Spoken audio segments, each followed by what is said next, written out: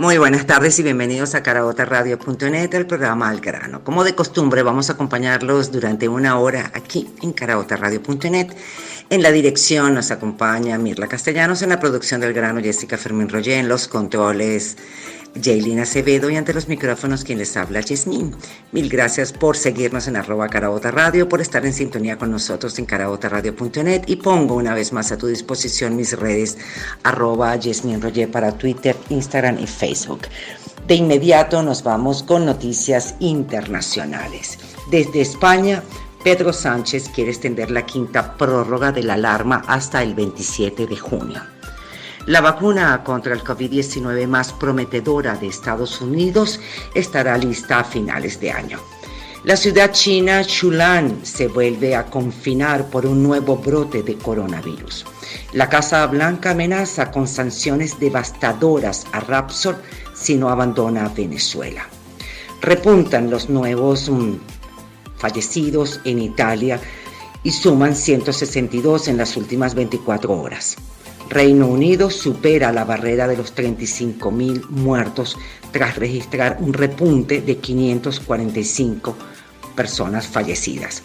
Alemania registra un repunte de casos y fallecimientos. Los contagios se disparan en Brasil ante la pasividad de Bolsonaro. México supera ya los 50.000 contagios y registra 5.332 muertos por COVID-19. Estados Unidos sobrepasa los 90.000 muertos y el 1,5 millones de contagios por coronavirus. De inmediato nos vamos con un tema y al regreso venimos con noticias nacionales. 67 nuevos casos de COVID-19 reportados al día de ayer en Venezuela. El gobierno en las últimas 24 horas ha reportado 114 casos de COVID-19. La mayoría son importados de Colombia, Brasil y Perú. Han entrado a la fecha 42.000 venezolanos al país en las últimas semanas. Declaraciones del doctor Julio Castro. Dice, pensamos que Venezuela irá a una fase exponencial del COVID-19. Se sintió, retumbó cacerolazo en Caracas por fallas en servicios públicos. DirecTV anunció, debido a que es imposible cumplir con los requisitos legales de ambos países, AT&T se vio obligado a cerrar sus operaciones de televisión paga en Venezuela. Tal cual nos dice que el primer tanquero con gasolina procedente de Irán podría llegar a Venezuela esta semana. Reportaron sectores de Baruta y Distrito Capital sin servicio eléctrico. Según los cálculos del Foro Penal, hay 402 presos políticos en Venezuela a la fecha. Nos vamos inmediatamente con un tema y al regreso venimos con nuestra invitada del día de hoy, la doctora Carmen Navarro, con quien vamos a conversar de un tema por demás interesante, que es fertilidad ahora bajo la sombra del COVID-19 en Venezuela. Bien, a continuación vamos a conversar con la doctora Carmen Navarro, ginecólogo obstetra, especialista en fertilidad, endocrinólogo de la reproducción y director médico de Fertia Aguerrevere. Muy buenas tardes, doctora Carmen Navarro. Muchísimas gracias por aceptar conversar y compartir sus conocimientos como médico especializada en el área de salud reproductiva, o mejor dicho, fertilización. Mil gracias. Recientemente se dio a conocer la posibilidad de que a través del semen pueda transmitirse el coronavirus, ¿cierto? La ciencia lo ha demostrado tal posibilidad.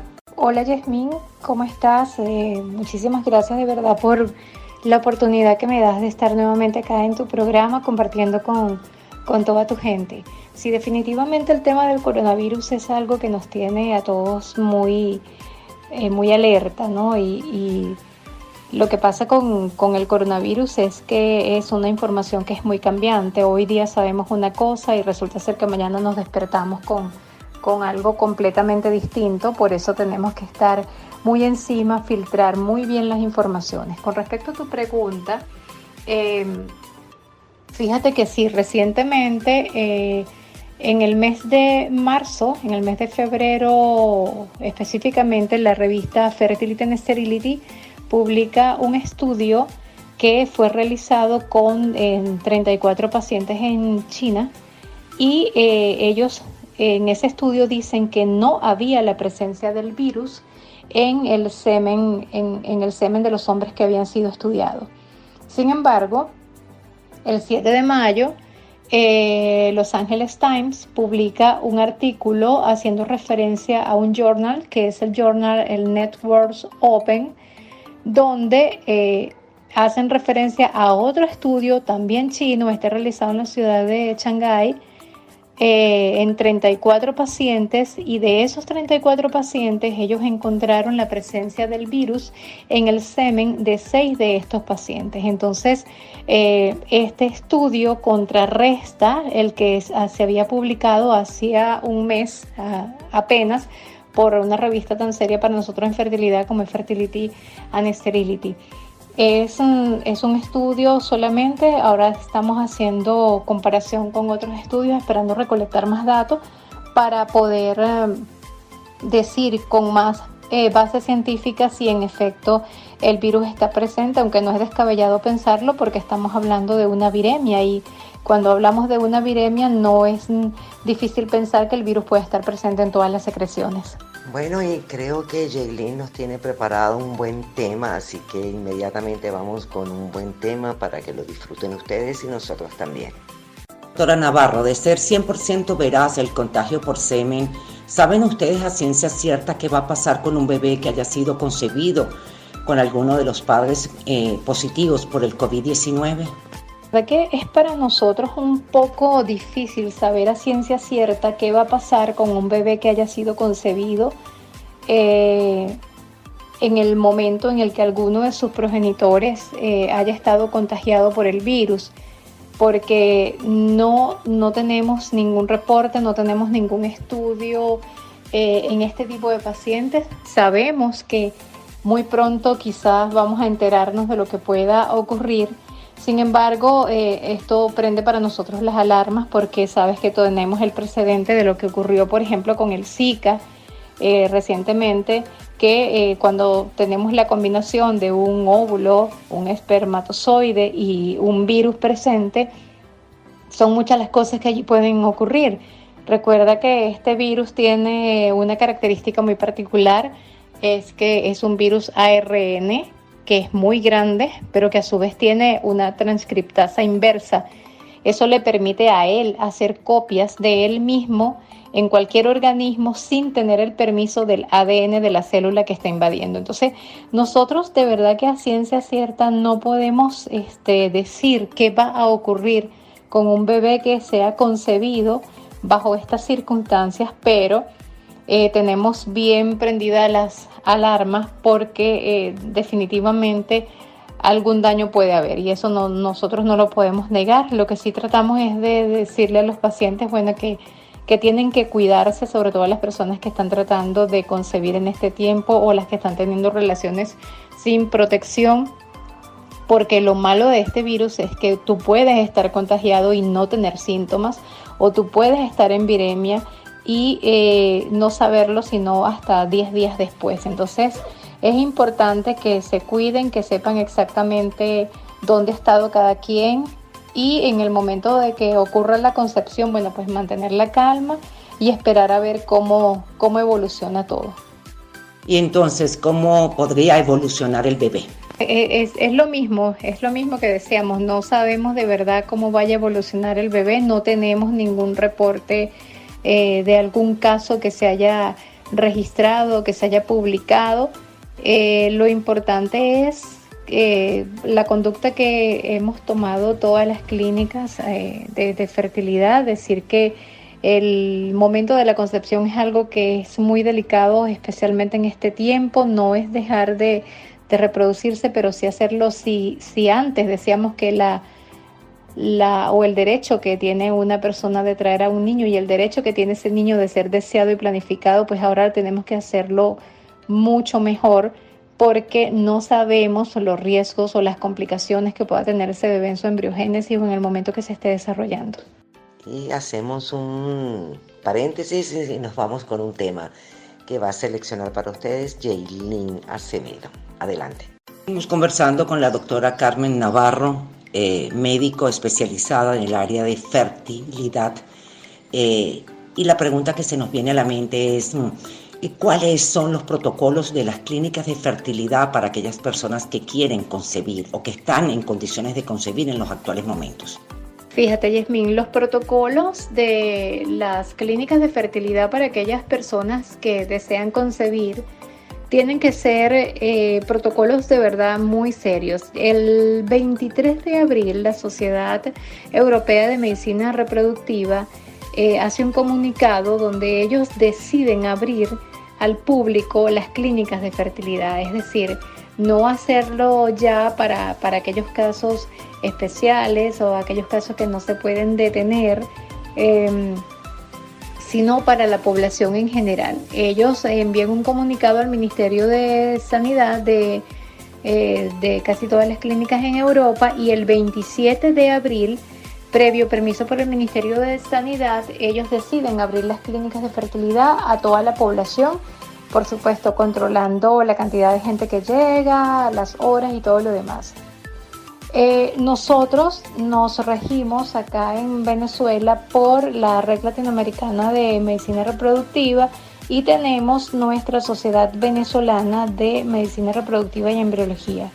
Aún no hemos recibido lineamientos directos por ellos o protocolos de esta sociedad. Sé que están trabajando fuertemente en ello y estoy casi segura de que la próxima semana ellos estarán publicando cuáles son los lineamientos. Sin embargo, nosotros, siguiendo los protocolos de la Sociedad Europea de Fertilidad, nosotros hemos decidido hacer unos consentimientos informados para los pacientes que desean seguir en la búsqueda de sus bebés, y parte de esos protocolos llevan la inclusión de la realización de las pruebas para la detección de la presencia o no del COVID-19 en los pacientes que acuden a nuestra clínica. Parte de los protocolos también incluyen, por supuesto, todo lo que es las medidas de prevención para evitar la contaminación o el contagio, como son el uso de tapabocas, guantes, cubrebotas una vez que llegan a la clínica, el lavado de manos, el gel antibacterial. Básicamente eso a nivel de la consulta, saber que el paciente no está positivo. Es importante tratar de buscar la manera de hacerle las pruebas, que firmen sus consentimientos y bueno, extremar al máximo los cuidados. Doctora Navarro, tengo entendido que existen pacientes impostergables en el área de la salud reproductiva. ¿Cuáles son esos pacientes y cuál es el protocolo a seguir con ellos? Sí, Yasmín, así es. En las clínicas de fertilidad nosotros tenemos pacientes que los llamamos impostergables. Bueno, y no solamente en las clínicas de fertilidad, también en todas las áreas para nosotros existen pacientes impostergables. Y esos pacientes impostergables son justamente esos pacientes que no pueden detener su procedimiento, bien sea de fertilidad o de cualquier otro tipo de tratamiento que ellos estén recibiendo. Nosotros en las clínicas de fertilidad trabajamos, la mayoría de las clínicas trabajamos por ciclos, es decir, nosotras ciclamos a las pacientes, un grupo de pacientes, y generalmente estamos haciendo series más o menos cada 2 meses y estamos para darnos chance de cumplir el ciclo completo. Nosotros tuvimos, a raíz de la pandemia, que suspender todas nuestras series de in vitro, pero nos quedamos con pacientes a las que era imposible detenerlas. Entonces, ¿quiénes son esas pacientes? Lo que nosotros llamamos impostergables. Esas son las pacientes a las que se les diagnostica, por ejemplo, un cáncer de mama. Ella va a su chequeo de cáncer de mama y su médico le dice, mira, tienes una lesión mamaria que hay que comenzar a operarte o que hay que comenzar con quimio, con radio, y esa paciente no ha concebido o sencillamente no ha completado su grupo familiar o la carga de hijos que desea tener. Entonces esa paciente se convierte en una paciente impostergable porque nosotros tenemos de 12 a 15 días para hacer en ella una inducción de la ovulación, pescar los óvulos, congelarle los óvulos o vitrificar los óvulos, como lo llamamos, en caso de que no tenga pareja, o congelar los embriones en el caso de que tenga pareja. Igual pasa con los caballeros. Tenemos algunos pacientes que han sido diagnosticados de cáncer de próstata o de algún tipo de tumoración que tengan que ser operadas de inmediato, y esos pacientes tienen que ir a congelar sus muestras de semen. estas pacientes impostergables en el grupo de fertilidad también están incluidas no solo las pacientes que tienen algún problema de tipo oncogénico, sino también las pacientes que por cuestiones de edad no pueden postergar mucho sus tratamientos de fertilidad. Tenemos pacientes borderline que nosotros decimos, bueno, mira, ya a esta paciente lo que le queda de reserva ovárica es prácticamente nada, y es que o le haces el procedimiento de fertilidad ahora para que ella pueda concebir con sus propios óvulos, o lastimosamente, si ella sigue esperando, va a tener que optar por otro tipo de procedimientos como la ovodonación o alguna otra cosa. Pero generalmente las pacientes siempre quieren trabajar con sus propios óvulos. Entonces, en el caso de las pacientes añosas, una paciente añosa para nosotros en fertilidad es a partir de los 38 años, ¿ok? Porque la reserva ovárica ha bajado. O pacientes jóvenes que tienen disminución de la reserva ovárica y ellas no pueden esperar. Esas serían las pacientes impostergables desde el punto de vista de fertilidad. Pero también tenemos pacientes impostergables en la consulta. Y las pacientes impostergables en la consulta, es decir, las que no pueden dejar de venir a consulta, son justamente las embarazadas que necesitan venir a su control, cualquier emergencia desde el punto de vista ginecológico, o las pacientes que tienen algún tipo de lesión oncogénica. Las pacientes con cáncer son pacientes para nosotros impostergables. Tienen que venir siempre a su chequeo. A eso nos referimos. Y bueno, en estos momentos vamos a solicitarle a Yailin Acevedo en los controles que coloque un buen tema musical para el disfrute de todos ustedes y de nosotros también. Seguimos aquí en Al Grano en compañía de la doctora Carmen Navarro, quien es gineco-obstetra y especializada en el área de fertilidad. Doctora, existe muchísima desinformación y confusión relacionada a los distintos test o pruebas a los cuales se somete a la población para descartar el COVID-19. ¿Cuáles son? ¿Puede usted explicar en qué consisten esas pruebas? Se lo pregunto porque muchas personas me han formulado esa pregunta basada en una angustia. Si es posible que a voluntad puedan solicitar alguna prueba para conocer si están o no infectados. Sí, fíjate, la gente tiene muchísima curiosidad con la realización de las pruebas y de verdad que qué bueno que estás haciendo esa pregunta para tratar de aclarar algunas dudas. Nosotros sabemos que las pruebas para el diagnóstico del COVID-19 lo está haciendo acá en Venezuela el Instituto de Higiene. O sea, todas las pruebas están canalizadas acá legalmente por el Instituto de Higiene. No existe la potestad de las clínicas privadas para que nosotros realicemos esas pruebas. O sea, el Ejecutivo ha decidido que las pruebas se realizan es a través del Instituto de Higiene. Esa es la normativa a la que nos hemos tenido que regir. Pero existen varias pruebas. Es importante que hablemos básicamente de dos pruebas en este momento que son las que sé que se están aplicando en el país. Existe una prueba que se llama prueba rápida, que es un test serológico, ¿ok? Esa se puede medir en sangre. Esa prueba rápida te puede dar el resultado en aproximadamente, 3 horas. Puedes tener el resultado. ¿Y qué mide esa prueba? Esa prueba lo que va a medir son anticuerpos, ¿ok?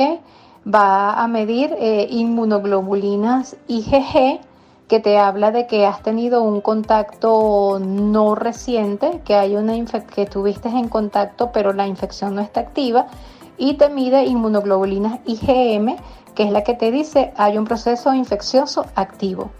Pero esa prueba no te va a discriminar si ese proceso infeccioso inflamatorio que tienes es por el virus del COVID-19 o es por el virus de la gripe o por alguna otra patología que te activó la respuesta de esos anticuerpos. Es una prueba rápida, pero no es una prueba específica y la gente tiene que saberlo. ¿Por qué? Porque muchas veces te dicen saliste positivo en esta prueba, pero tienes que venir con nosotros a algún centro de vigilancia hospitalaria, que son las que tiene destinada el Ejecutivo Nacional, y te vamos a repetir otra prueba. Entonces la gente se confunde, la gente dice, pero ¿por qué si ya salí positivo ahora me tienen que hacer otra? Porque la otra prueba, que es la prueba verdaderamente confirmatoria, que se llama prueba de PCR, es la prueba donde vamos a medir realmente la presencia del ARN del virus. Y esa es una prueba que se hace con una reacción de cadena polimerasa, así se llama más o menos el procedimiento del laboratorio, y esa prueba tarda en darnos el resultado aproximadamente 5 días. Esa es la prueba confirmatoria.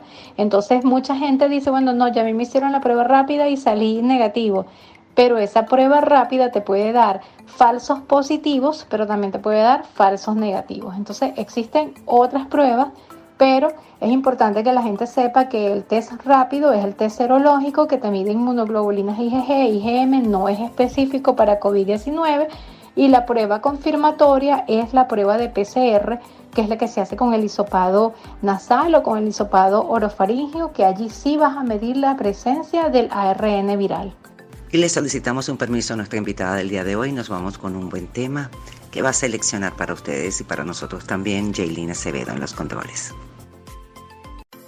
Y bien, hemos llegado prácticamente al final de nuestra entrevista, no sin antes darle las gracias a nuestra invitada del día de hoy, a la doctora Navarro, por sus conocimientos, por su amabilidad en aceptar la entrevista con nosotros, pero obviamente no quiero despedirla sin solicitarle nos deje un mensaje positivo, ya que el momento que vivimos, por múltiples razones, pues lo amerita. Y por favor, antes de despedirse, ponga a disposición de todos nuestros oyentes sus redes para que la sigan y para que si tienen alguna duda o ameritan alguna información adicional puedan comunicarse con usted. Mira, el mensaje de verdad que yo quiero dejarles a todos tus oyentes, y de verdad, Yasmil, infinitamente agradecida contigo por la oportunidad que me brindas de abrirme las puertas de esta tu casa y de tu programa, es que tenemos que tener mucha tranquilidad. A mis pacientes de fertilidad les digo, en un principio estábamos nosotros bloqueados, no sabíamos absolutamente cómo atenderlas, cómo darles respuesta. Yo digo que si bien es cierto que cada día este virus nos está dejando una enseñanza, nos está obligando cada minuto de nuestras vidas como médicos a estudiar para poderles tener a ustedes más respuestas, también lo es que poco a poco nosotros nos vamos sintiendo un poco más seguro con nuestro conocimiento y con la ciencia. La maternidad, la fertilidad es algo que a las mujeres y también a los hombres nos mueve muchísimo, porque de verdad que tener un bebé en casa es lo que completa nuestra unión como familia, como pareja, nos consolidamos en la vida. Muy importante, cuídense al máximo, eviten el contagio.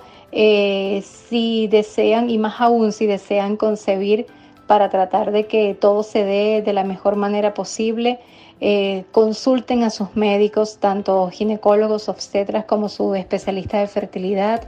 Traten de que se les hagan las pruebas, traten de que las clínicas a las que acuden sean clínicas de verdad responsables y que el personal se cuide, y que cuando ustedes lleguen a esas clínicas tengan, aparte de sus horarios asignados, el distanciamiento que la clínica les tiene que garantizar, firmen sus consentimientos informados.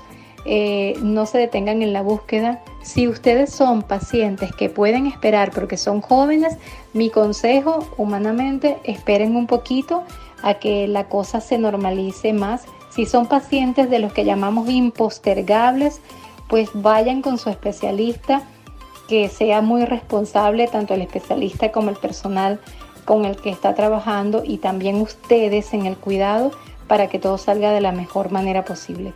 De verdad que les mando un fuerte abrazo. Espero que esta entrevista o esta conversación tan amena que siempre tengo con Yasmín en su programa les haya dejado algo bueno, llenarnos de mucha fe, de mucha esperanza. Y bueno, me pueden encontrar en las redes sociales. Estoy en Instagram y Twitter como @tenerbebé. Mi página web me pueden encontrar por allí también, es doctora, sin abreviar, doctoracarmennavarro.com, todo pegado. Allí encuentran mi página web Y bueno, estoy en la clínica de fertilidad, Fertia Guerrever, y el número de contacto para el que quiera llamarnos o tener alguna consulta es el 0412-975-3060. Bueno, muchísimas gracias, Yasmín, de verdad un placer y saludos a todos. Bien, hemos llegado al final de nuestro espacio del día de hoy, no sin antes hacer dos comentarios. Uno tiene que ver con la suspensión a la fecha, entre comillas, de DirecTV aquí en Venezuela. Según comunicado de DirecTV, como lo dije anteriormente, es por no poder aceptar las dos condiciones legales de ambos países, entiéndase Estados Unidos versus Venezuela. Esperemos a ver hacia dónde nos lleva esta suspensión y otro comunicado, no solamente por parte de DirecTV, que lo estamos esperando, sino también por parte del gobierno. Así que estamos en stand-by. Y una noticia que quiero comentarles a todos ustedes, porque de verdad creo que nuestra posibilidad o nuestro alcance a soportar sorpresa tras sorpresa es infinita. Ayer nos sorprendió una noticia que no quise comentar previamente, pero a la cual tengo que hacer algún comentario. Tiene que ver con la gandola full de gasolina, con 30.000 litros de gasolina, que fue desviada de PDVSA a la cota 905. ¿Qué nos dice esta gandola y este desvío de la gasolina a la cota 905? ¿Quién manda a quién? Esta gasolina obviamente que iba para la banda que habita y hace vida diaria dentro de la cota 905 y fuera de la cota 905, pero usted se imagina, dicen que no es la primera gandola que llega a la cota 905. Entonces a mí sí me gustaría ver cuál es la respuesta del gobierno, más allá de llevarse preso al conductor. El conductor puede ser una ficha importante, yo no lo pongo en duda, pero ¿qué les está diciendo la banda al gobierno? Que mientras toda la sociedad hace interminables colas de días, ya no de horas, es de días, por acceder a algo de combustible, tenemos una banda que simplemente desvía así a los Jalisco a una gandola con 30.000 litros y tengo entendido que era la tercera gandola. Entonces la pregunta sigue siendo la misma: ¿quién manda a quién en este país? Y por otra parte, otra noticia que también quiero abordarla ya tipo comentario es la cantidad mayor a 30 cisternas de agua que según el gobernador Lacaba le daba gracias a Nicolás Maduro, porque entre Nicolás y él habían logrado llevarle a Carabobo más de 30 cisternas de agua. ¿Esto qué significa? Esto es regalado. La gente no quiere regalado, la gente quiere abrir el chorro de su grifería y que salga el vital líquido. No esperar a que me lleven el agua cuando les dé la gana llevarlo y tengan entonces como contraparte una sociedad que va ahora, no solamente ese público va a depender de las famosas cajitas, bolsitas o como lo llamen CLAP, sino que ahora también el agua se convirtió en algo similar. Regalado no tiene sentido. En cambio de utilizar ese dinero para 30 y pico de cisternas de agua, deberían utilizarlo para reparar las tuberías y que la gente pueda tener acceso a su agua como Dios manda, cuando uno quiere y en el momento en que uno lo necesita. No regalado. Regalado es dependencia, señores. Ahora sí, nos vamos, nos despedimos. Será entonces hasta mañana. Pasen muy buenas tardes. En la dirección nos acompaña como de costumbre Mirla Castellanos. En la producción del grano Jessica Fermín Roger. En los controles Jaylin Acevedo. Y de los micrófonos se retira quien les habló, Yasmín Roger. Pongo a tu disposición mis redes, @Yasmín Roger para Twitter, Instagram y Facebook. Y mil gracias por estar en sintonía con caraotaradio.net, en seguirnos en El Grano y en seguirnos en @Caraota Radio. Será entonces hasta mañana. Muy buenas tardes.